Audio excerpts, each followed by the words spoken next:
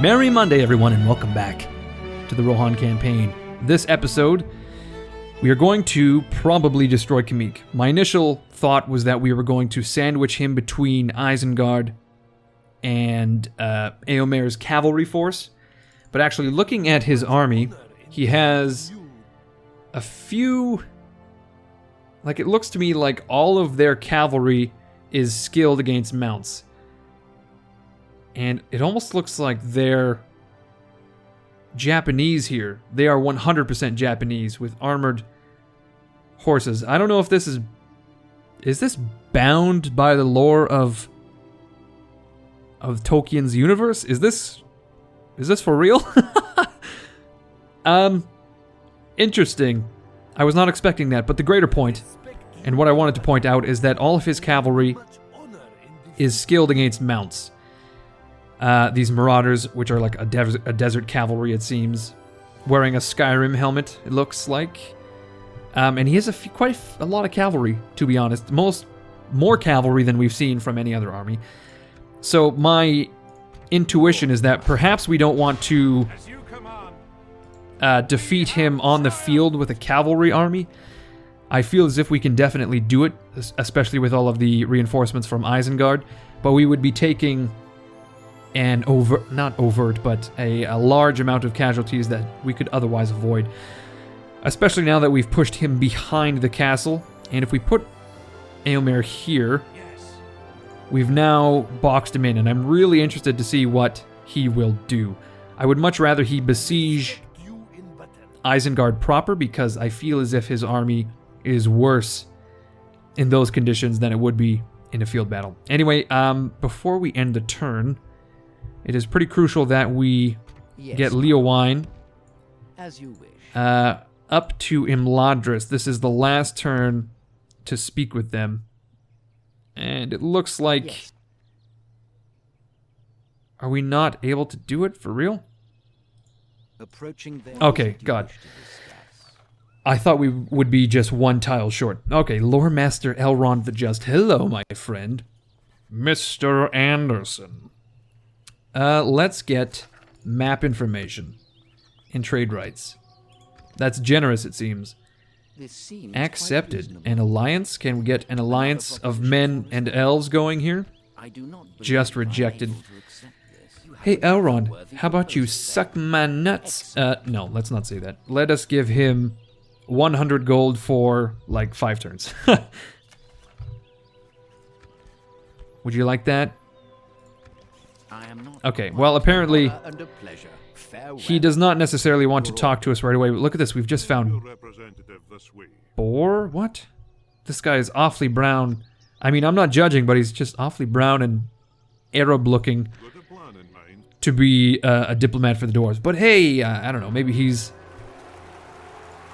Really? Really?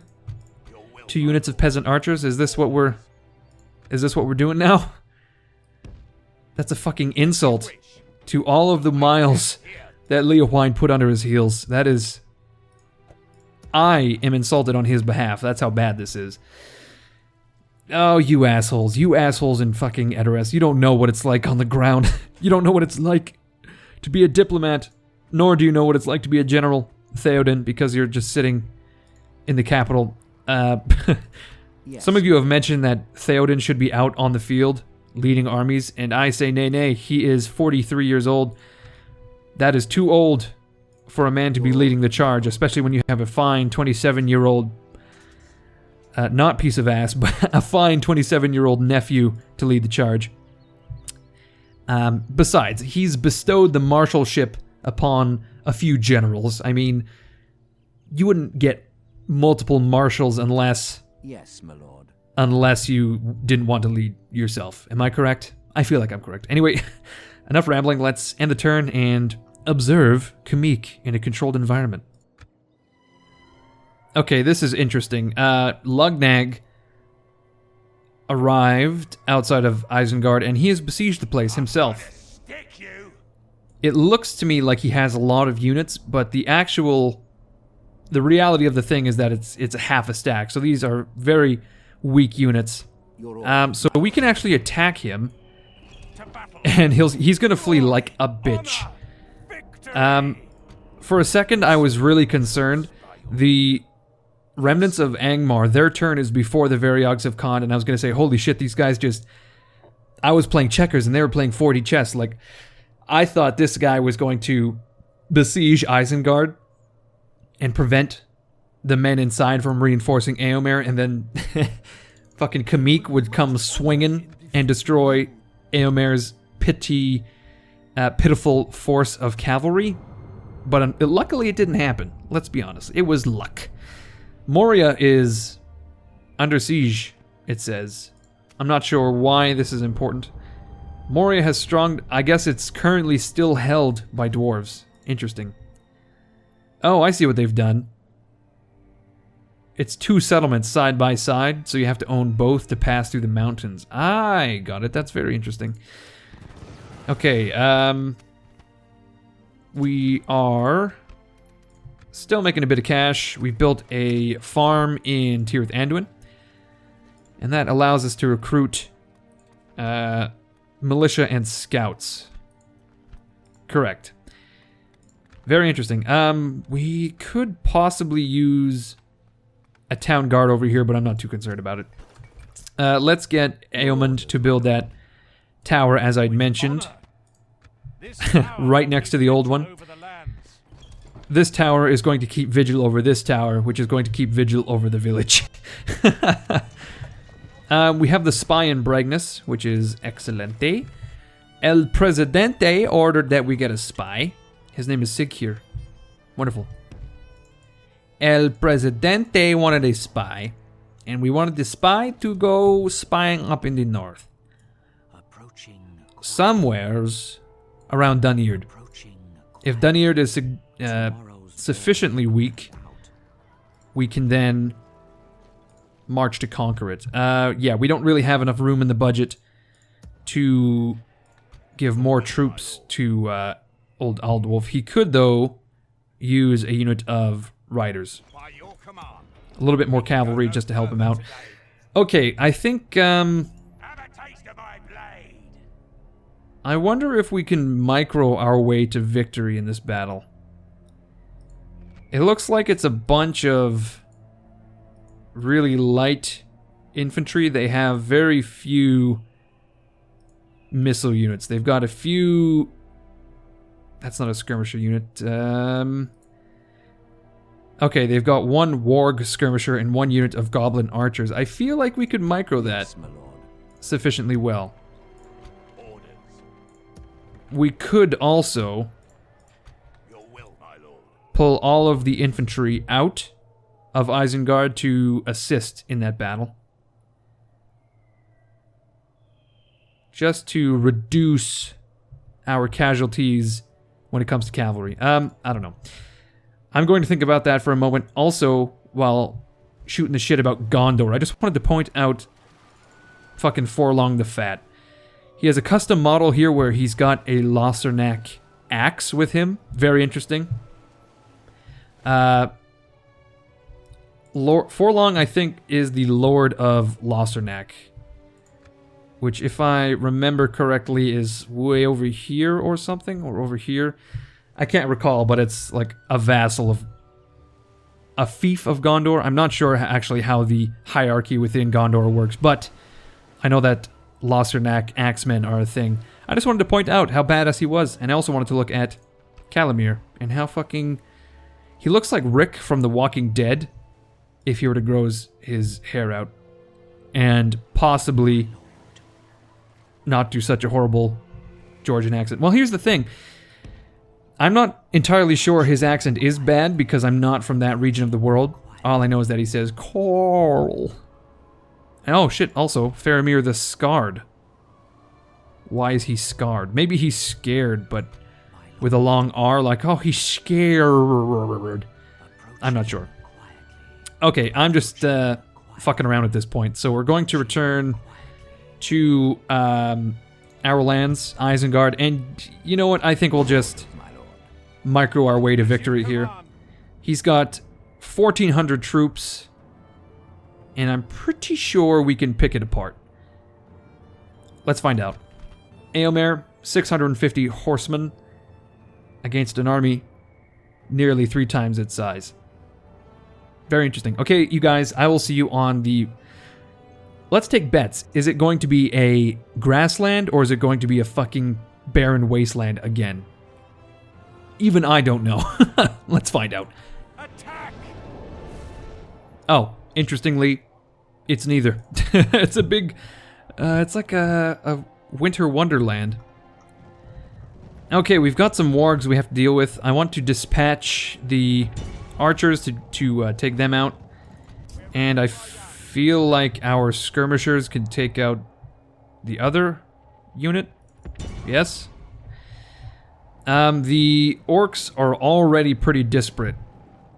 So I think if we march forward with Eomer and just be mindful of his position, we can probably start to, like, parse these units out ever so slightly.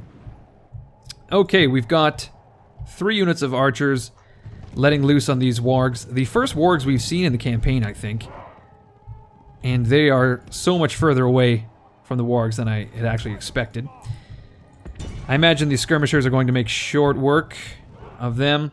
Let's pull back Eomer, widen the line, like so. Look at this massive mob of archers we've got going on.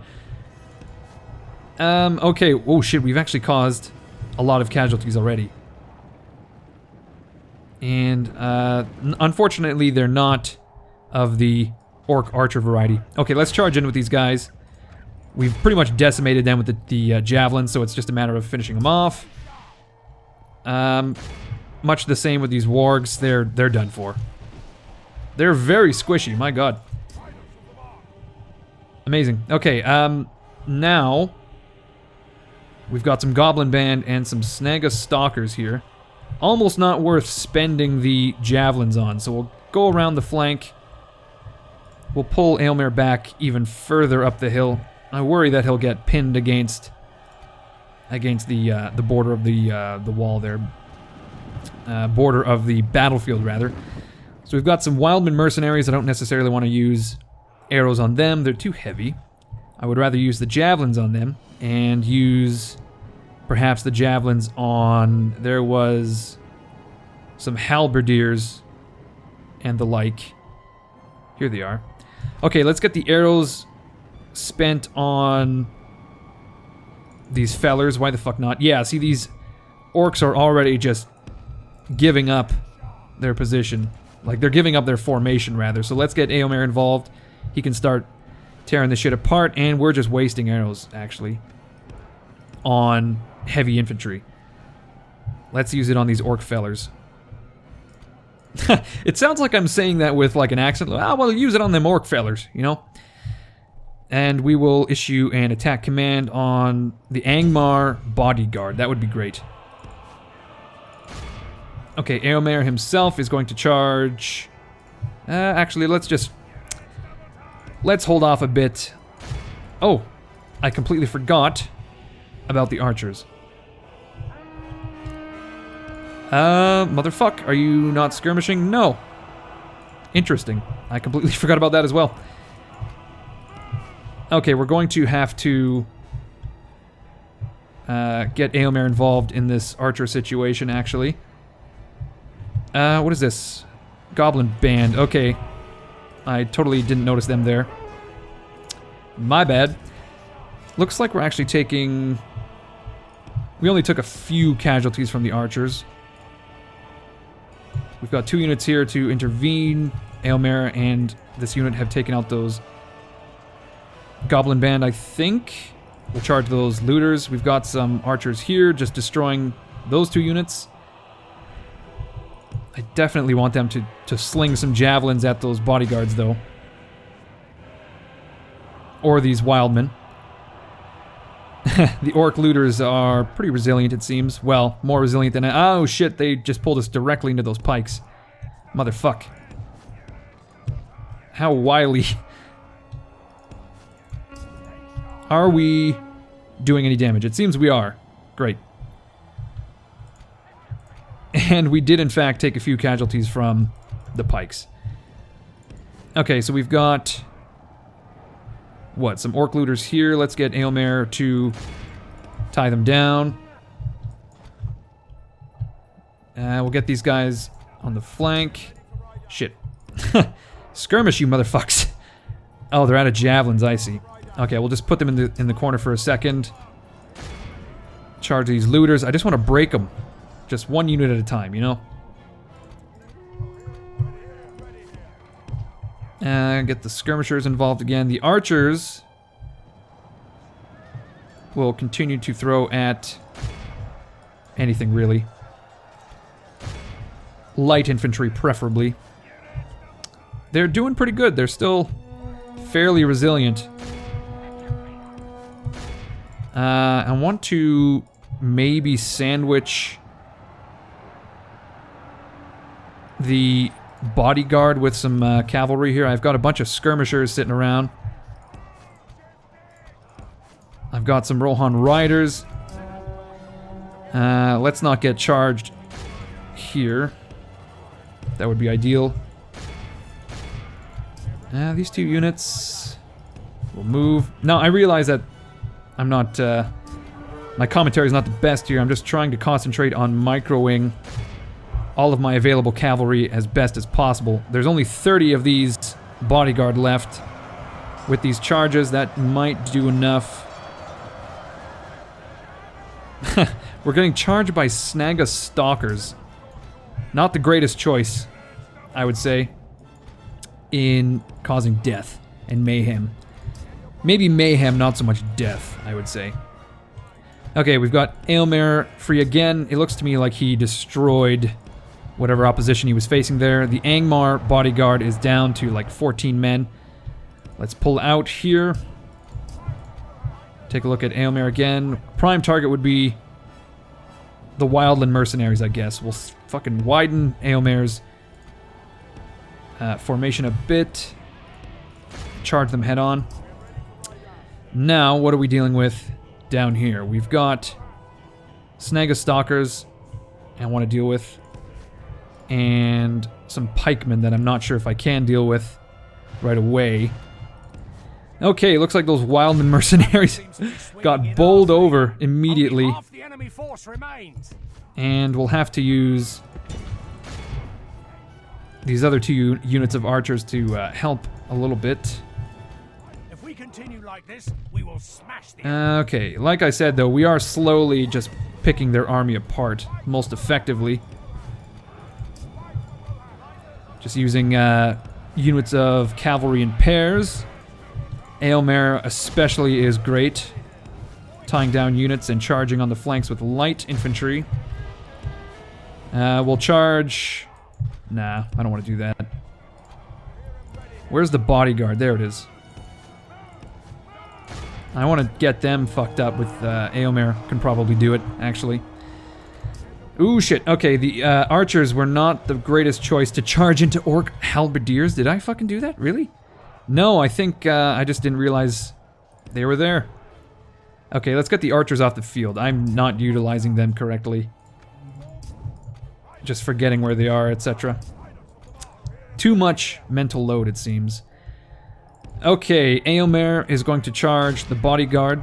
Whoa. Go back where you came from, or so help me. Put that card back where you came from, or so help me. Okay, we've got 2 units of skirmishers that we'll just tuck away in the corner for now. Aylmer has charged the bodyguard, but he's about to get charged by Wildland mercenaries.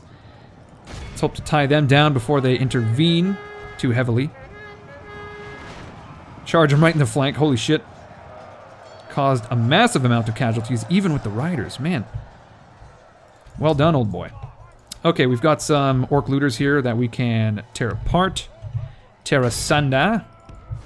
We need the supporting unit nearby. Heavy infantry. The halberdiers and the pikes are going to be a bit of an issue.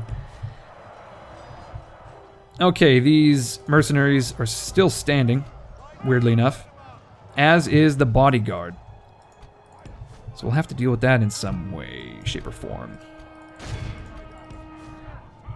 Let's get these orc marauders involved. Avoid the charge from the fucking wildmen. And did we take these guys out yet? No, because I have yet to charge in with the flanking unit. Okay, they've lost 90% of their army already. Man, I have to say though, the horse archers were very effective just in killing power, it seems. Okay, this fucking general has yet to die, so let's just go straight for these mercenaries. I feel like Aylmer charging in is going to turn the tide. These guys are going to fucking rout. We've got 2 units free here, it looks like. Able to take on these halberdiers. I don't know, I really don't feel comfortable charging into halberdiers on the flank or otherwise.